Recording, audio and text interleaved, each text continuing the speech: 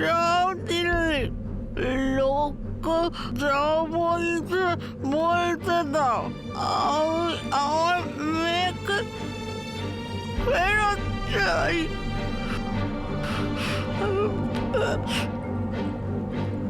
আমার চিন্তা করো না, এখানে আমি সামলে নেব। চলো আব্বু, সোফিয়াকে ওই অবস্থায় কি করে ছাড়বো? ও আমাদের জন্য অপেক্ষা করছে, সেই জন্যই তো আমাদের খবর পাঠিয়েছে। ওকে আমাদেরই বাঁচাতে হবে।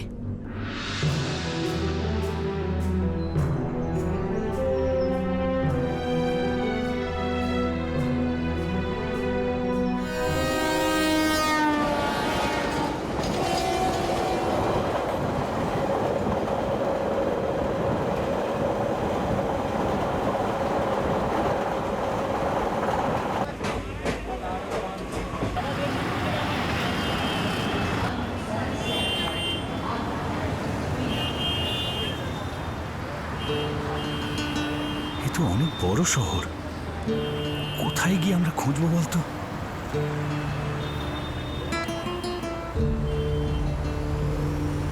ওখানে জিজ্ঞাসা করি। হ্যাঁ চলো ওদিকে যাই।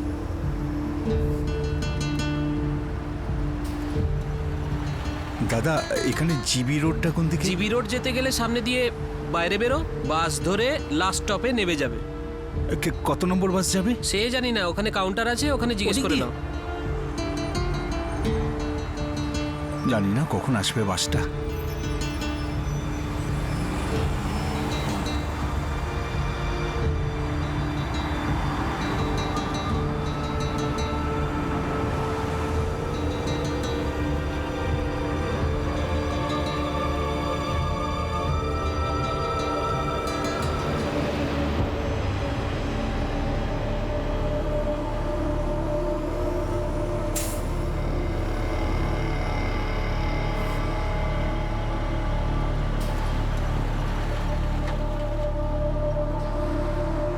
আব্বু,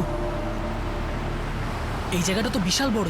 লোকটা তো ফোন করে বলেছিল যে সোফিয়া এখানকার কোনো কোঠাতে আছে।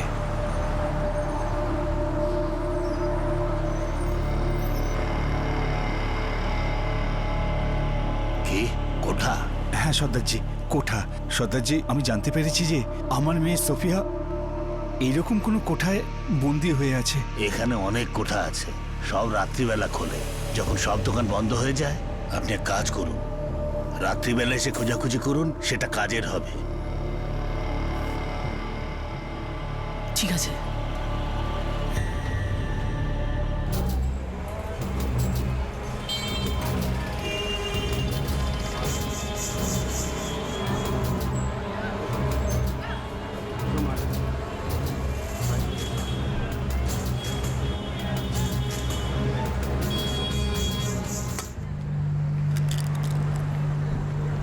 কি বললেন? খুঁজছেন কাকে? দাদা ভাই, আমার মেয়ে সোফিয়া, 19 বছরের মেয়ে। একজন লোক আমাকে ফোন করে বলেছিল এখানেই কোনো কোঠাতে ও বন্দি হয়ে আছে। ওরে বাবা, এখানে 100টার ওপর কোঠা আছে। কটা? 100-র ওপর? কোথায় কোথায় খুঁজবে? কিছু নাম্বার টাম্বার বলেছে? 56, 42, 73? নাম্বার তো সে কিছুই বলেনি আমাকে। তাহলে তো খুবই মুশকিল ভাই। মেনে নিচ্ছি যে নম্বর পেলি, তো তারপর মেয়েটার কাছে পৌঁছানো, তাকে বার করে আনা অত সহজ নয়। দাদা, ওকে জোর করে ওই জিবি রোডে ওকে আটকে রেখেছে।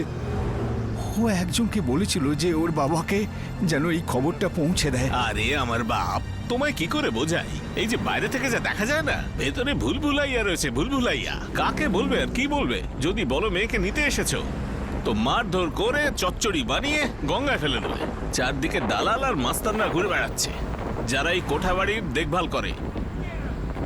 কাকু, তাহলে আপনিই বলে দিন না আমরা কিভাবে বাঁচাবো সোফিয়াকে। দেখ বাবু, এখানে সব কাজ মিলেমিশে হয়, আর সবার হাতই বাঁধা।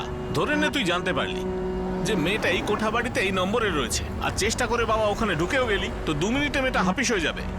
এখানে তো সালা মশারাও গান নিয়ে ঘোরে। কিছু তো পথ থাকবে একটা। করবে কিনা জানি না। হ্যাঁ, যদি করতে পারে তো এখানের পুলিশই করতে পারবে। এখানের পুলিশ যদি চায় তাহলে যে কোনো কোঠায় ঢুকতে পারে। এখানকার থানাটা কোথায়? আরে এই তো 10 মিনিটের রাস্তা এখান থেকে, লালকুয়া পুলিশ স্টেশন। যাও গিয়ে দেখতে পারো। চলো।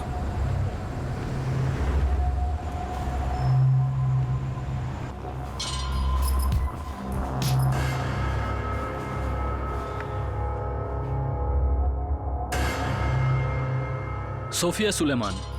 আগে হ্যাঁ স্যার, 19 বছরের, আর জানুয়ারিতে নিখোঁজ হয়েছে। 18 জানুয়ারি। 6 দিন আগে একজন লোক ফোন করেছিল যে ও নাকি জিবি রোডে আটকে আছে। আমরা গ্রামের থানায় গিয়েছিলাম, তো ওনারা বললেন যে অপরাধ দিল্লিতে হয়েছে, রিপোর্ট এখানে লেখাতে হবে। সেটা তো ঠিকই, কিন্তু আপনারা ভুল জায়গায় এসেছেন। এই জিবি রোডের যে এলাকাটা সেটা আমাদের থানার আন্ডারে পড়ে না। এটার জন্য আপনাদের কমলানগর মার্কেট পুলিশ স্টেশনে যেতে হবে, আর ওখানে রিপোর্টটা লেখাতে হবে। স্যার অনেক দূর থেকে এসেছি, আমরা জানি না যে কোন থানা কোন এলাকায় পড়ে। আমার মেয়ে 3 মাস হলো নিখোঁজ হয়েছে, জানি না ওর উপর কি কি ঝড় বয়ে গেছে। কিছু তো সাহায্য করুন আপনি। দেখুন, আপনাদের সাহায্যই করছি। আপনি বুঝতে পারছেন না, সবকটা পুলিশ স্টেশনের আলাদা আলাদা এরিয়া হয়, আর কোন এরিয়া কোন পুলিশ স্টেশনের আন্ডারে যাবে সেটা তো ওপর থেকে ঠিক হয়, তাই না? আর যে অপরাধ আমাদের এলাকায় হয়নি সেই কেসের কমপ্লেন আমরা কি করে নিতে পারি? এটার জন্য আপনাদের কমলানগর মার্কেট পুলিশ স্টেশনেই যেতে হবে। স্যার আপনি রাস্তা বলে দিন, আমরা চলে যাচ্ছি। আপনি বাইরে যান আর গিয়ে কাউকে কমলানগর মার্কেটটা জিজ্ঞেস করুন। আনুমানিক এখান থেকে 15 মিনিটের রাস্তা, আর ওখানে পৌঁছেই কমলানগর মার্কেট পুলিশ স্টেশনের ঠিকানা জিজ্ঞেস করে নিন, যে কেউ বলে দেবে।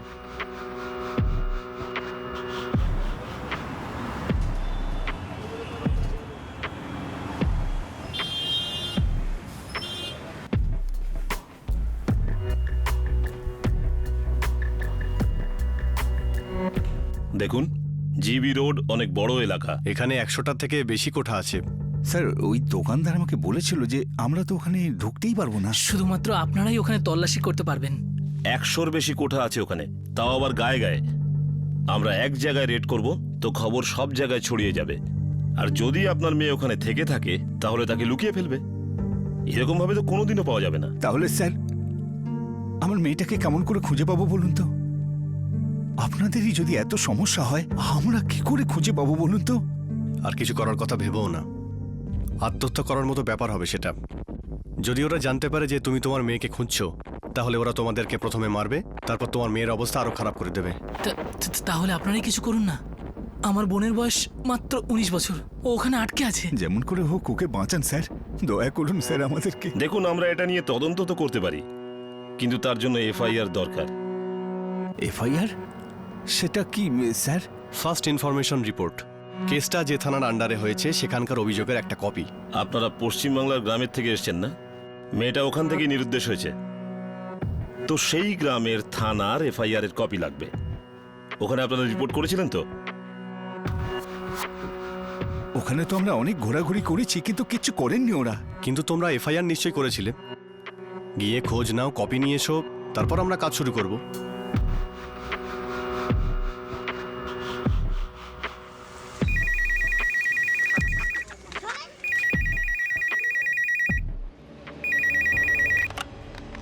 হ্যালো স্যার আমি ইমরান সুলেমান বলছি, সোফিয়া সুলেমানের বাবা। কে সুলেমান? স্যার ইমরান সুলেমান, সোফিয়ার বাবা। স্যার স্যার আপনার থানাতে আমি অনেকবার গেছিলাম স্যার। হ্যাঁ, কি দরকার বলো? স্যার ওই সোফিয়া সুলেমানের কেসের ওই এফআইআর এর কপিটা চাই স্যার।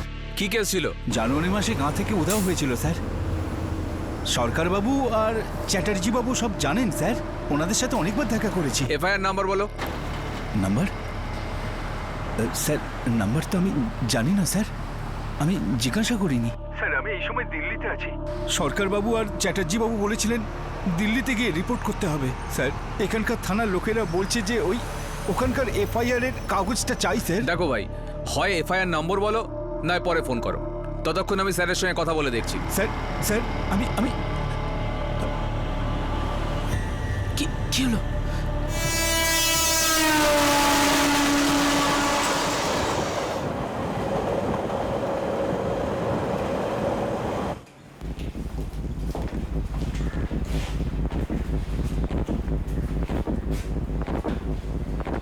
কিসের এফআইআর? স্যার দিল্লির থানার লোকেরা বললো যে এখানকার থানার এফআইআর কপিটা লাগবে। তারপর আমাদের মেয়েটাকে খোঁজবার চেষ্টাটা শুরু করবে। আরে এফআইআর কি করে হবে? তুই যখন প্রথমবার এলি তখন তো বললি যে মেয়ে হ্যাঁ নিখোঁজ। স্যার, তখন থেকেই নিখোঁজ। ঠিক তাই। আর তোরা তো বলেছিলি যে ফোনটা দিল্লি থেকে এসেছে, তাহলে অপরাধটা হলো কোথায়? দিল্লিতে তো। তাহলে এফআইআরটাও দিল্লিতেই হবে। এখানে সময় নষ্ট করে কি লাভ? ওরা বলছে যে এফআইআর এর কপি আপনার কাছেই আছে। ওরা ভুল করেছে। আরে কেস যখন দিল্লিতে হয়েছে তাহলে এখানে কি করে এফআইআর হবে? আরে এফআইআর ওখানেই হবে। স্যার, সোফিয়া বিপদে আছে। আমরা কয়েক মাস ধরে এখান থেকে ওখানে ঠেলা খাচ্ছি। আমি আপনার পায়ে ধরছি স্যার, আপনি একটু সাহায্য করুন। বন্ধু, বোঝার চেষ্টা করো। দিল্লি কি আর এই থানার আন্ডারে? না তো। তাহলে আমরা আইনত কিচ্ছু করতে পারি না। এফআইআর ওখানেই করতে হবে। তোদেরকে ওখান থেকে ভুল বোঝানো হয়েছে।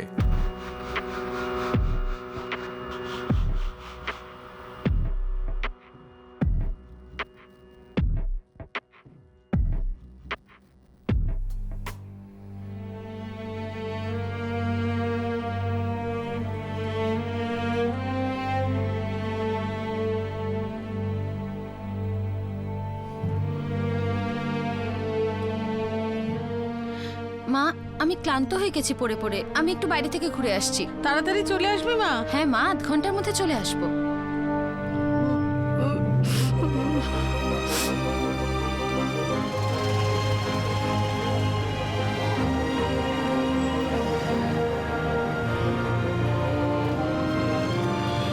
একদিকে যখন সোফিয়া দেহ ব্যবসার জালে ফেঁসে গিয়ে যন্ত্রণা ভোগ করছিল, তেমনি অন্যদিকে তার বাবা আর দাদা তাকে ছাড়াবার জন্য দরজায় দরজায় ঘুরছিল। একটা পুলিশ স্টেশন থেকে অন্য পুলিশ স্টেশনে তাদের ফুটবলের মতো নাচানো হচ্ছিল, তাও শুধুমাত্র একটা এফআইআর এর জন্য। FIR, first information report, case নথিভুক্ত হয়ে যাওয়ার পরের রিপোর্ট। জানুয়ারিতে সোফিয়ার হারিয়ে যাওয়ার খবর যখন পুলিশে দেওয়া হয়, তখন তারা কমপ্লেন লেখার বদলে শুধুমাত্র ডায়েরিতে এন্ট্রি করেন। 3 মাস পর দিল্লিতে একটা পতিতা পল্লীতে সোফিয়ার আটকে থাকার খবর যখন পাওয়া যায়, তখন দিল্লি পুলিশ ও সোফিয়ার বাবার কাছে বেঙ্গল পুলিশের কাছে লেখানো এফআইআর এর কপি চেয়ে এই কেসের থেকে নিজেদের দায় মুক্ত করে। সেই রিপোর্ট, যা কখনো লেখাই হয়নি। এমন মনে হচ্ছিল যেন সোফিয়ার সঙ্গে যা ঘটেছে তা আইনের রক্ষাকর্তা সমস্ত আধিকারিকদের ধরাছোঁয়ার গণ্ডির বাইরে ছিল, আর সেটাই চলছে। আর কেউ কোনো দায়িত্ব নিতে রাজিই ছিল না। যেটা হচ্ছিল সেটা বেআইনি ছিল। একজন সাধারণ মানুষের জিরো এফআইআর বা কন্টিনিউইং অফেন্সের এফআইআর সম্পর্কে খবর নাই জানা থাকতে পারে, কিন্তু পুলিশও এই ব্যাপারে কিছুই জানে না। সেটা খুব অদ্ভুত লাগে না? জিরো এফআইআর এর মানে হলো এফআইআর যে কোনো থানায় নথিভুক্ত করা যেতে পারে, তা সেই অপরাধটা সেই থানার অধিকারের সীমার অন্তর্গত না হলেও, আর তারপরে সেটাকে সঠিক থানায় ট্রান্সফার করা যেতে পারে। যদি অপরাধ অনেকগুলো জায়গায় হয়ে থাকে তাহলে তাকে কন্টিনিউইং অফেন্স বলা হয়। ক্রিমিনাল প্রসিডিওর কোর্টের অন্তর্গত এই রকম অভিযোগ দুটো জায়গাতেই দায়ের করা যেতে পারে। যেমন এই কেসটাতে এফআইআর দিল্লি আর বেঙ্গল 2 জায়গার পুলিশ স্টেশনেই নথিভুক্ত করা যেতে পারত। এখন কোনো চমৎকারই ইমরান আর তার পরিবারের সঙ্গে তাদের মেয়ের দেখা করাতে পারে। চমৎকার তো হয়নি, কিন্তু সামনে এলো একটা ছোট্ট আশার কিরণ।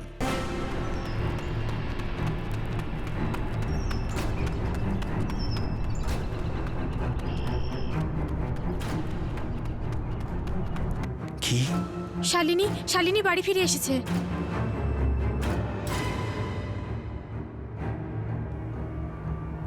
কিন্তু এতদিন ও ছিল কোথায় কাগলি? শুনেছি দিল্লিতে ছিল, কোনো জিবি রোডে থাকতো।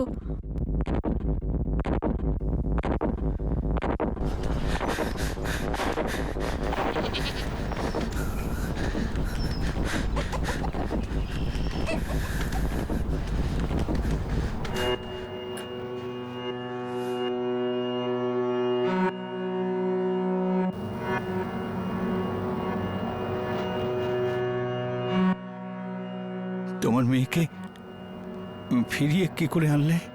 আমি নিয়ে আসিনি, দিল্লি থেকে ফোন এসেছিল।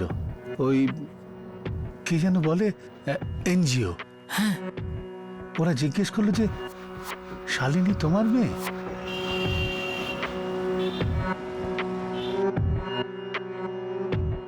আপনার নাম সোমনাথ হালদার? হ্যাঁ স্যার। আপনি কে? শালিনী হালদার আপনার মেয়ে? শালিনী? হ্যাঁ স্যার, আমার মেয়ে ডিসেম্বর থেকে নিখোঁজ। ও এখন আমাদের কাছে আছে। আপনি এক্ষুনি দিল্লি চলে আসুন, আর সাথে কিছু পরিচয়পত্র নিয়ে আসবেন ওর।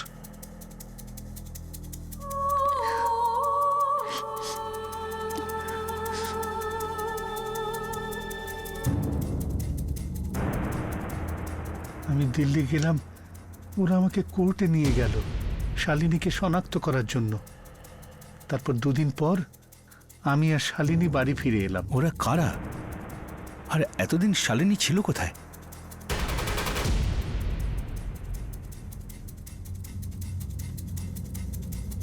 ওই দিন মুদিখানা থেকে জিনিস কিনে আমি বাড়ি ফিরছিলাম। এর মধ্যে কি হলো কিছু জানতে পারলাম না। আমি তো কিছু বুঝতেই পারলাম না।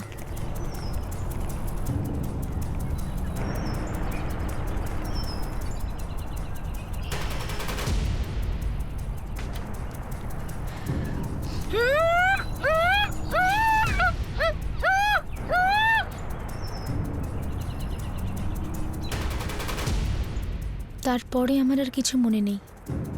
ওই সময় আমার সমস্ত বোধ শক্তি হারিয়ে গেছিল। আমি কোথায় ছিলাম, কিভাবে গেলাম, আমার কিছু মনে নেই।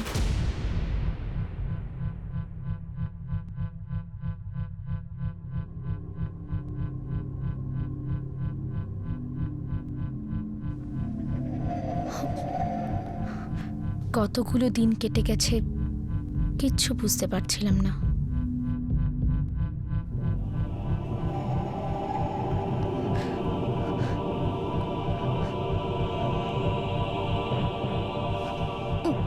আমি কোথায় আছি? আপনি কে?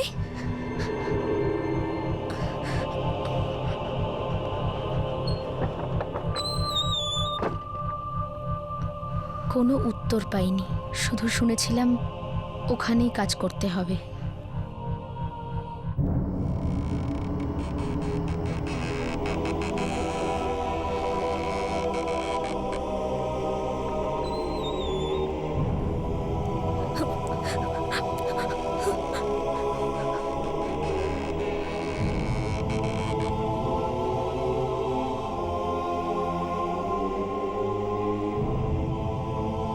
আমি কাঁদতাম, চিৎকার করতাম, বাড়ি যাওয়ার জন্য জেদ করতাম, তো ওরা আমায় খুব মারতো। 1 মাস হয়ে গেল। তারপর বুঝতে পারলাম যে আমি দিল্লিতে রয়েছি, একটা কোঠায়, জিবি রোডে।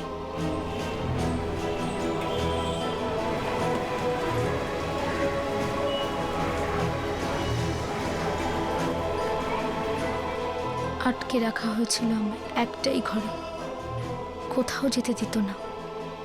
সবকিছু ওই একটাই ঘরে, খাওয়া দাওয়া, ঘুম, বাথরুম। প্রতিদিন একের পর এক পুরুষ আসত। মা শালিনী, আমার মেয়েটাও কি ওখানে আছে নাকি? জানি না কাকা, যদিও ওখানে থাকে তাহলে প্লিজ ওকে বাঁচিয়ে নিন। ওখানে খুব মারধর করে।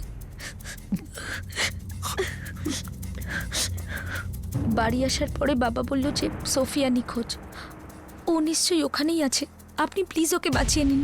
শালিনী, তুমি ওখান থেকে বেরিয়ে এলে কি করে?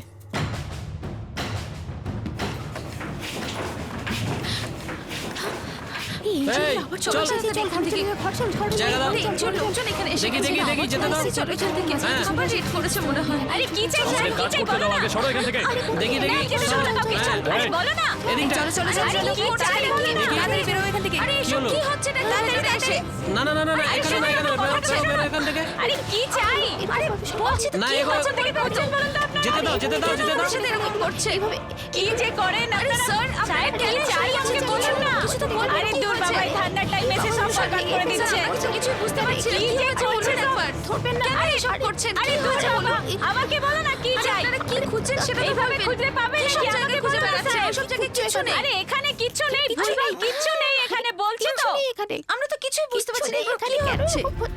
আরে আরে দেখো এই বাবা এগুলোকে কি করে দিল। কেউ আছে ভেতরে? আরে সাহেব, শুধু পুরনো জামা কাপড় আছে, আর কিছু নেই। শর্মা, হ্যাঁ ভাঙো এটা। আরে সাহেব, ওতে কিচ্ছু নেই। করো। আরে শুধু ওতে পুরনো জামা কাপড় আছে, ওতে কিচ্ছু নেই। আর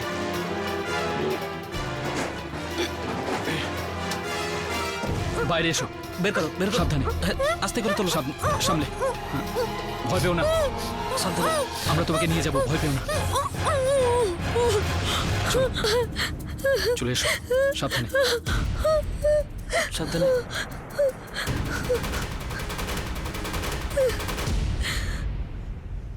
একদিন রেড হয়, একটা সংস্থা আছে, একটা এনজিও যেটা আশুতোষ বাবু চালান, উনি আমাকে বাঁচান। মা শালিনী, তাহলে কি ওরা আমাদেরও সাহায্য করবেন? আপনি ওনার সাথে কথা বলে নিন। আশুতোষ বাবু ওনার নাম্বার আমাকে দিয়েছেন, বলেছেন যদি কোনো দরকার পড়ে তাহলে যেন ফোন করি।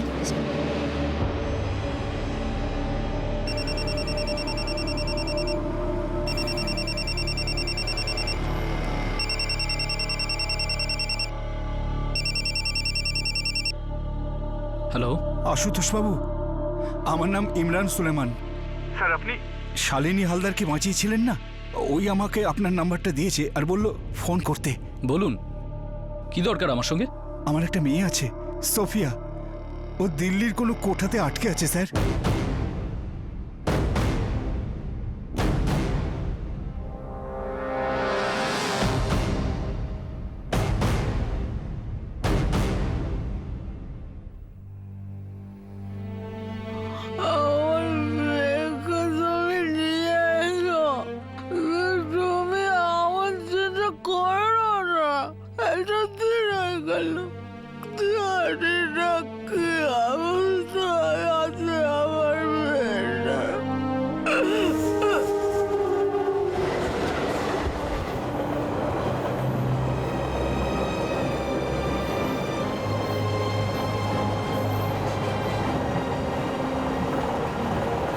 ইমরান আর শাহিদ আরও একবার সাহস করে সোফিয়ার খোঁজে বেরিয়ে পড়ল।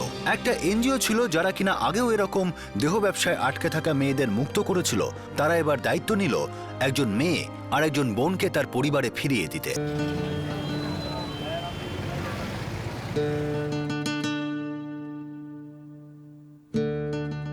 এটা 10টা কপি বানাও। Okay sir. আমরা পুরো চেষ্টা করব। আপনার এই উপকার আমরা জীবনে ভুলবো না। আপনি উপকারের কথা বলবেন না। দেখুন, এক্ষুনি আমরা পুলিশের কাছে যাব না, একদিন অপেক্ষা করব। কিন্তু জানতে পারবো কি করে সোফিয়া কোথায় আছে? খোঁজ পেয়ে যাব, ওয়েট করুন। মেয়েটার বয়স 19 বছর আর নাম হলো সোফিয়া সুলেমান। ওর ছবিটা MMS-এ পাঠিয়ে দিচ্ছি।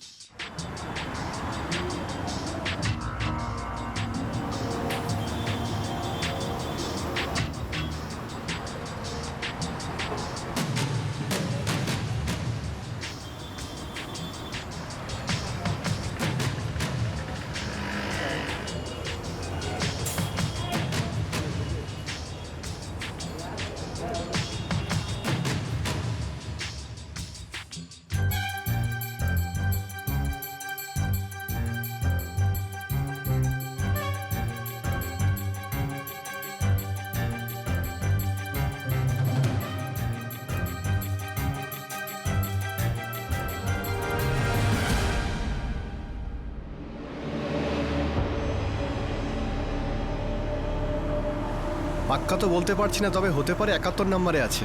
হতে পারে তার মানে এটা কি? দেখুন 99% তো এটাই হবে। 1%-এর জন্য শেয়ার হতে পারছো না কেন? দেখুন, এটা তো পাক্কা যে ওই মেয়েটাকে এখানে আনা হয়েছিল, কিন্তু এখনো এখানে আছে কিনা সেটা বলতে পারবো না। প্রত্যেকটা ঘরে গিয়ে আমরা চেকও করেছি, আলাদা আলাদা লোকও পাঠিয়েছি। এর থেকে তো আমরা বেশি কিছু করতেও পারি না ম্যাম। এই জন্য মনে হচ্ছে 1% নাও হতে পারে, কিন্তু সেখানে থাকাটা তো উচিত। এবার আপনি দেখুন। ঠিক আছে।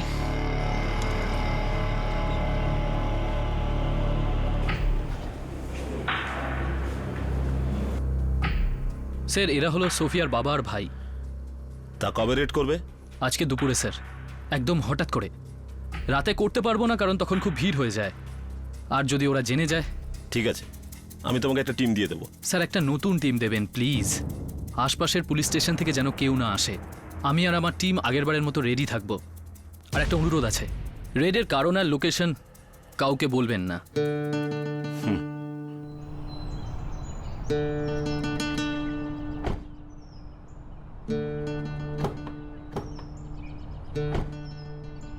আমার গাড়ি আপনাদের দুজনকে অফিসে নিয়ে যাবে। আপনারা ওখানেই আমাদের জন্য অপেক্ষা করুন। স্যার, আমরাও আপনার সাথে যেতে চাই স্যার। না, তাতে অনেক বিপদ আছে। কেন স্যার, কি বিপদ হতে পারে? দেখো, সোফিয়া যদি ওখানে থাকে তাহলে আমরা ওকে খুঁজে বার করবই, কিন্তু আপনাদেরকে ওখানে নিয়ে গেলে আমরা সমস্যায় পড়তে পারি। আমরা চাই না আপনাদের কোনো রকম বিপদ হোক। চিন্তা করবেন না।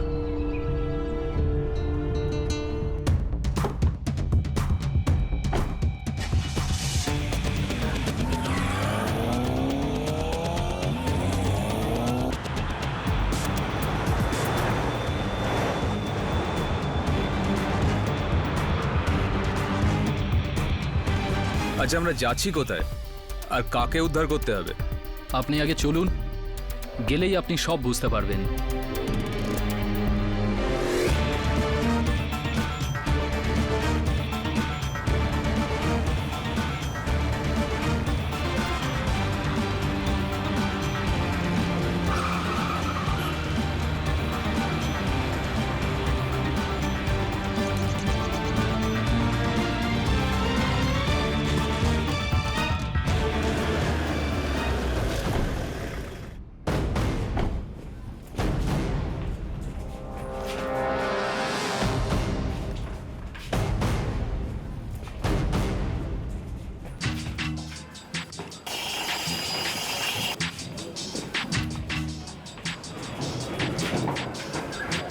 আরে দেখো আবার এসে গেছে এরা। এই চলো তো চলো গিয়ে বলি। চলো চলো ওপরে ওপরে ওপরে। আরে চলো তাড়াতাড়ি চলো এখান থেকে। আরে স্যার কোথায় ঢুকে আসছেন? আরে শুনুন এটা আপনার বাড়ি না।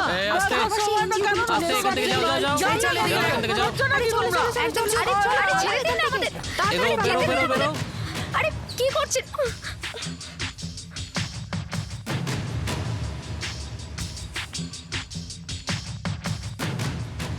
সব এদের মধ্যে কেউ সোফিয়া নয়। সোফিয়া কোথায়? কে সোফিয়া? আমি কোনো সোফিয়াকে চিনি না। অন্য কেউ চলবে নাকি?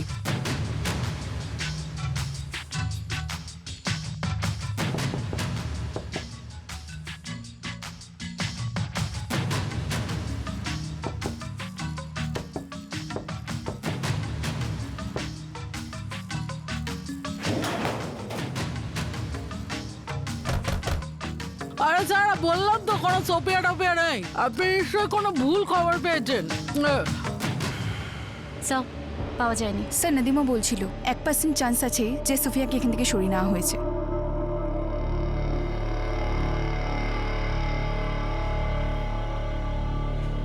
আমার মনে হয় সোফিয়া এখানে নেই, না হলে এতক্ষণ ধরে মহিলাটি মিথ্যে বলতে পারতো না।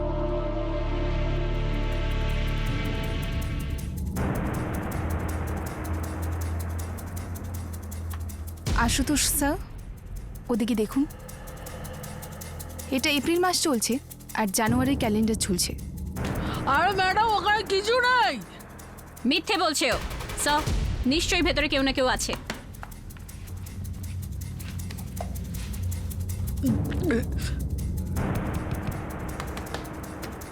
সিল প্রুফ বানানো, এটা ভাঙতে হবে। Yes sir. টেবিলটা সরাও।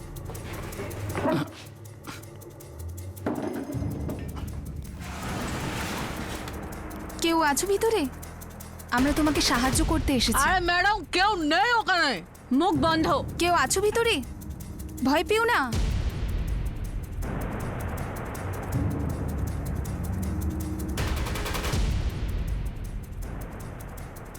স্যার কেউ ভিতরে আছে। তুমি কি আমাদের কথা শুনতে পাচ্ছ?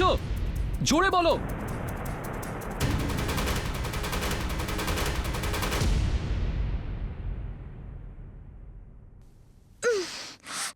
এটা ভাঙতে হবে।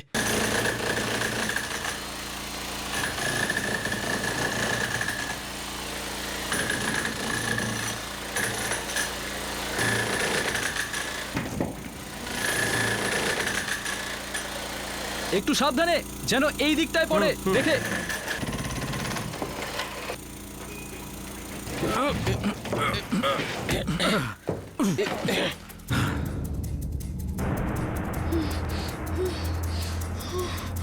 বাইরে এসো, ঘাবিও না। আস্তে আস্তে সাবধানে।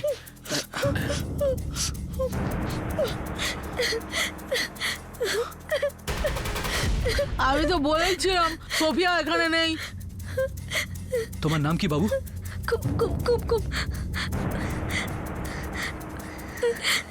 আমাকে বাঁচান, আমি কিছু করিনি। এরা আমাকে দিয়ে খারাপ খারাপ কাজ করায় আর এরাই আমাকে বন্ধ করে রেখেছিল। ঠিক আছে কুমকুম, ভয় পেও না।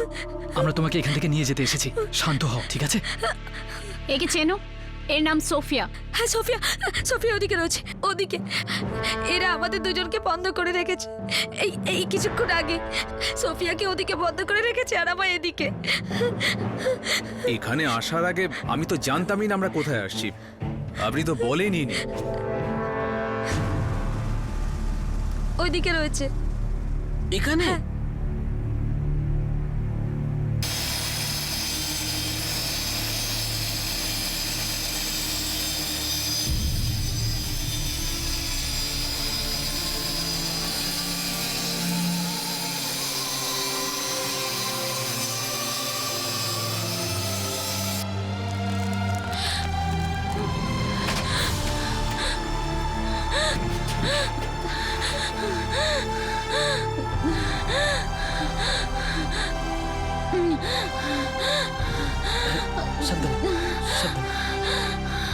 সাবধানে।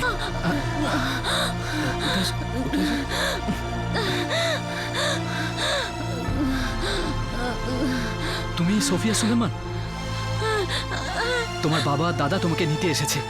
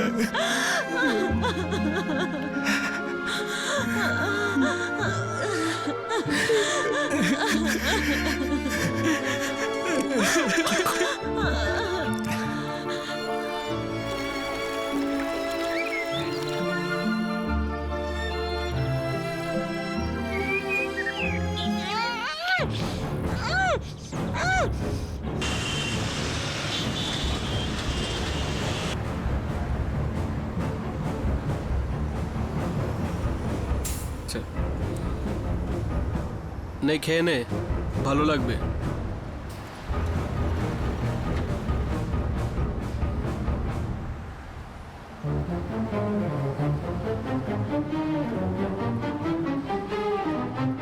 চানাচুর চানাচুর ঝালমুড়ি আছে, চানাচুর চানাচুর ঝালমুড়ি খাবেন, দিকে আসুন, দাদা আসুন, চানাচুর ঝালমুড়ি, চানাচুর চানাচুর, দাদা আসুন, চানাচুর ঝালমুড়ি।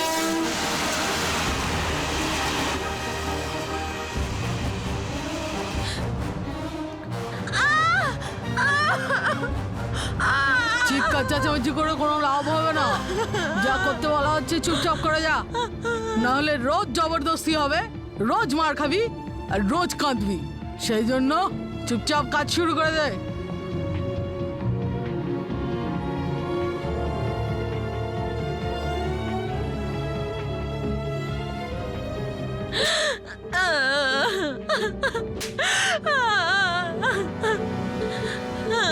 আমাকে মেরো না, আমাকে ছেড়ে দাও, আমি এসব করব না। আমি আমার মা বাবার কাছে গ্রামে ফিরে যাব। আমাকে যেতে দাও, আমাকে ছেড়ে দাও।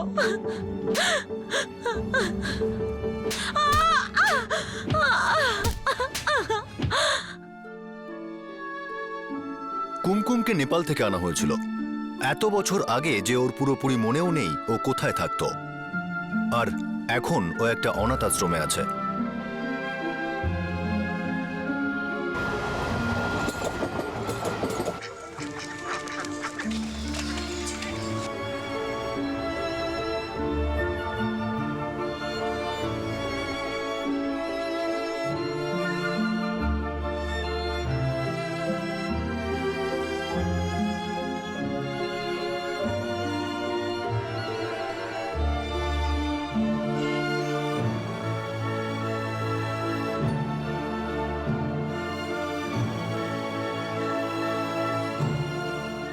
ইমরান আর শাহিদের সঙ্গে বাড়ি ফিরে যাওয়ার আগে সোফিয়াকে কোর্টে পেশ করা হয়। কোর্টে যাওয়ার আগে জিবি রোডের সেই পতিতাপল্লীর গিরিজা সোফিয়াকে ধমকায়। সে বলে যে সোফিয়া যেখানেই যাক না কেন গিরিজা তার উপর বদলা নেবে। কুমকুমকে দাবি করতেও দুজন অচেনা মহিলা আসে, কিন্তু সঠিক কাগজপত্র না হওয়ার কারণে পরের দিন যখন কুমকুমের সামনে তাদের ডাকা হয় তখন তারা পালিয়ে যায়। পতিতাপল্লীতে আটকে থাকা মেয়েদের সাহায্য করার বদলে উদাসীনতা দেখানোর কারণে পুলিশকে কোর্ট ধিক্কার জানায়। আর পতিতাপল্লীর দালালদের বিরুদ্ধে কঠোর পদক্ষেপ না নেওয়ার কারণে তাদের বিরুদ্ধেও ব্যবস্থা নেওয়া হয়। সোফিয়া যেই গিরিজার হাতে বন্দী ছিল তাকেও গ্রেফতার করা হয়েছে, আর আদালত কোনো পরিস্থিতিতেই তার জামিন অগ্রাহ্য করেছে। পুলিশকে কঠোর নির্দেশ দেওয়া হয়েছে যে গত 1.5 বছরে এরকম এনজিও অর্থাৎ বেসরকারি সংস্থার মাধ্যমে বাঁচানো মেয়েদের কেসগুলোকে ফলো আপ করুক আর সেগুলোকে সম্পূর্ণভাবে তদন্ত করুক।